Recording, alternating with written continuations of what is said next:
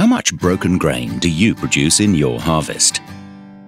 Most farmers think that it is not that much, but are not really certain. Because it is hard to identify with just a quick glance at the grain in your hand or looking in the grain tank window. What you see there is only about 50% of the actual loss. Kernels are broken through metal shocks during the threshing process. The kernel breaks into many pieces. The big parts go to the grain tank.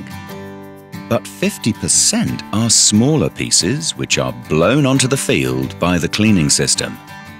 Representative studies show that your actual loss is double what you see and measure in the grain tank. If you find 2% broken grain in the grain tank, you have also lost 2% behind the combine, unweighed and unpaid. Let's take a closer look at how much money you are actually leaving on the field. This is a sample calculation for a combine with a hybrid threshing system. Independent field tests show that hybrid combines can produce up to 3% broken kernels, while the same tests show that our S-Series combines produce less than 1% of broken kernels. On 500 hectares, we can achieve 8 tons per hectare of yield. Let's say you are paid 160 euros per ton.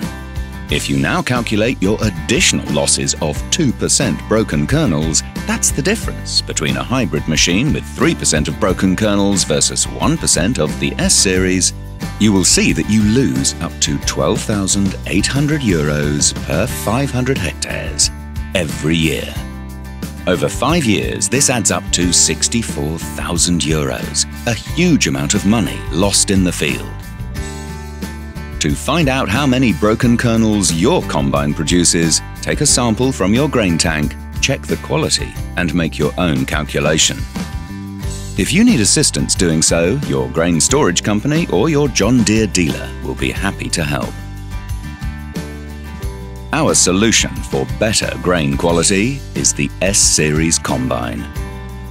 In fact, we are so confident of the performance of our S-Series combine, we even guarantee the grain quality.